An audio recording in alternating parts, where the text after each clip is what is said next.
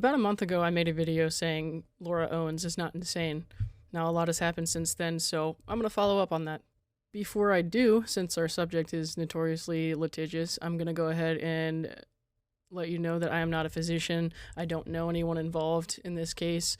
My background is in psych, so I work with patients who have come into the hospital with the police. Sometimes they come from jail. Sometimes they come in on their own to determine if they are like truly in need of admission versus if they can be managed as an outpatient.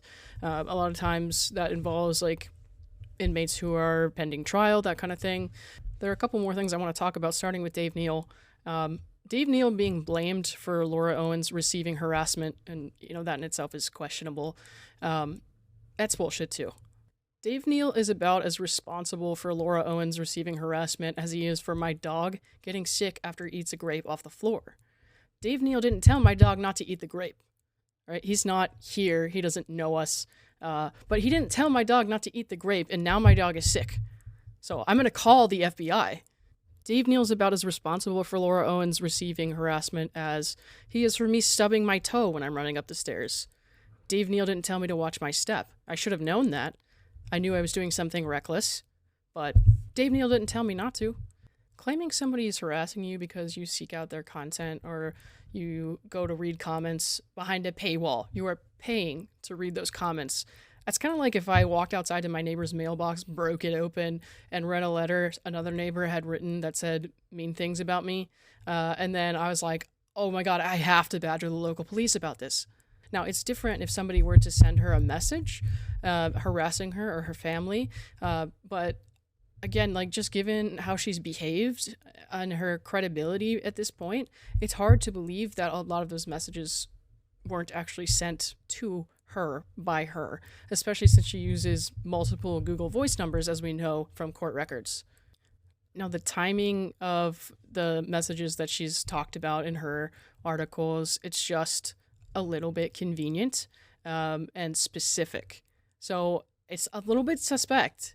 Now, I obviously don't have any proof that she sent herself those messages or that she's, faking it in some cases, even though she's doing things we don't like, even though she's, hurting someone, going to her inbox and blowing it up with threats or horrible things, that's not helping anybody. I believe there's something really wrong with anybody who would go to like a pseudo celebrity or public figures page and message them awful things. Like, I don't get it.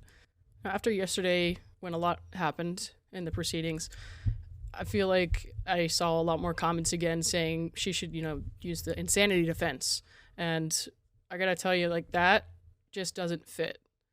To a layperson, I can see why if somebody were like manic or expressing things that were untrue, possibly delusions, would spark some conversation about the insanity defense, but that's really not what it's for. I can really only speak from my experience, but there's a big difference in someone having a mental illness and displaying some mild but manageable symptoms of a mental illness and being truly non-restorable, truly incompetent to stand trial. And that's a heavy burden to use in the legal system. The people who meet criteria for an insanity plea, they're really sick. They don't know how to function usually in the normal world and like normal life activities. They're very out of touch with reality to the point that they can't understand that what they've done is wrong. They're not using evasive maneuvers to like cover up something that they did because they don't believe what they did was wrong. They don't understand. And of course, there are going to be like exceptions to what I'm saying. I guess ultimately what I'm saying is that this specific case with Laura Owens, this does not really meet the bill for an insanity plea. I've talked a little bit before about why I don't believe that Laura Owens is delusional or insane, as a layperson would call it. But we're seeing her cover up her tracks. These are calculated strategies that she's using, and she's trying to silence people who could point out why her actions are wrong. Now, Laura Owens is going back to her old Medium articles and deleting statements that might point to her being dishonest, that might point to her saying she was still pregnant in December, and as now she's claiming that she had, miscarried, I guess, in November or before that. And I think that really demonstrates her mindset that she kind of is trying to evade consequences. She's trying to avoid responsibility for her actions, and she knows what she did was wrong. She knows what she was saying was untrue. I saw at least a few comments, around just saying that it's not a lie if you really believe it was true. And that's, in regards to her possibly having been delusional. I'm going to tell you this is my speculative opinion, again, just because I know how litigious this person is. Now, if she were to, at this point, try to claim that she was delusional, that she really believed what she was saying was true, that still, it doesn't really add up.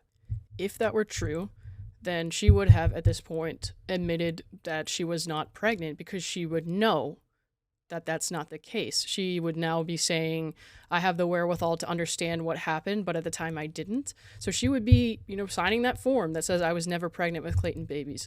Now, forcing someone to sign a HIPAA release might seem kind of invasive to some people, but in my opinion, it's totally necessary. Anyone could schedule an appointment with a GYN and show that they had scheduled an appointment and say, like, this is my doctor. Or they could even schedule an appointment to a GYN, go there for a routine exam, and then not speak about pregnancy at all, and then come back and claim that they were there about a pregnancy. I do want to speak to Clayton Echard's character at this point. I don't know Clayton Echard personally, but I did send him like a cameo request a couple months back. I was having a hard time, and I felt like he was somebody who deals with like criticism and like unwarranted negativity with a lot of grace. I will say that he sent me back a 10-minute video with a lot of really nice advice. He was very, I felt like it was very personal, and he was super open about kind of his feelings and stuff like that, and that made me feel a lot better. Not to mention, I didn't even get charged for it. Didn't ask about the case, and he didn't talk about it. So after seeing that and just being around mental health as long as I have, any organization who has, cut him out of the picture because of these accusations and because of what he's going through should really be ashamed of themselves, because this guy is a really great advocate. I'm not saying that anyone should go expect him not to charge you for a cameo. I'm just saying that at that time I didn't. I'm sure like he could use the legal funds at this point, so I would encourage anyone who wants to support him, in addition to like doing the GoFundMe or whatever, you can always go and find him there. So that's a cool way to support him.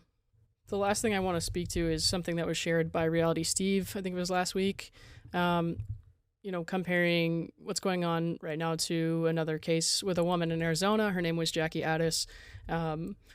This was very public several years ago when it happened. It's been around the news that she, had stalked someone and sent him an absurd amount of text messages. Jackie was a friend of mine several years ago. And when I saw that, it was upsetting, because I knew that things like that are only serving to upset her family at this point. I can confirm that she's unfortunately deceased. I saw a lot of speculation about that. I tried to, comment that and be like, no, you don't understand. Like, this is real. And people were arguing back with like some AR articles that like would say that she's still alive and whatever. No, Jackie is deceased. I'm not going to speak much more on that out of respect to her family. I will say that underneath Jackie's illness, she was a good person and a kind friend.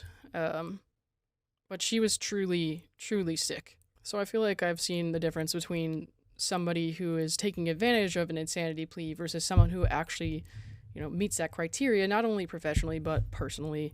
At the time, I was kind of in shock when it was going around the internet and all that. I mean, I had to find out this happened from fucking BuzzFeed.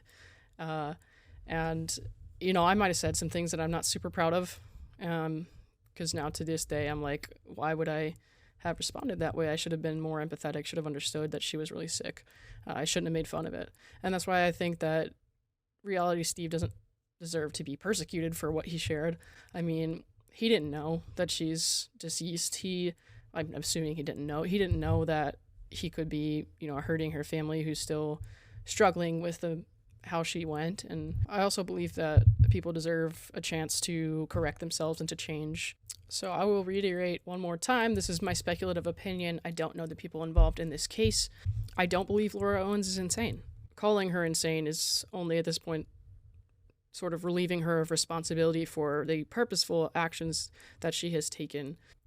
I also want to say some people might know me on Reddit or from like the Patreon comments. They might know me as Wentworth Bandit. That is my other YouTube channel. I'm not really a YouTuber. I stream on Twitch just kind of for fun. It's not my, livelihood or whatever, but it is for fun, and that's why I have this channel, Lethal Lauren 904. That's also my username over there. But yeah, I also just wanted to say that so people know that I'm the person behind that Reddit account and offer some definitive proof that, I'm not Greg Gillespie. Not everyone's going to agree with the opinions that I've shared. I might have even missed some stuff, like sometimes I'm not so articulate. I'm not great with words. I'm better with writing, but I'm not going to write all this out. So yeah, you can disagree with me, but if you do, I will have to call the FBI.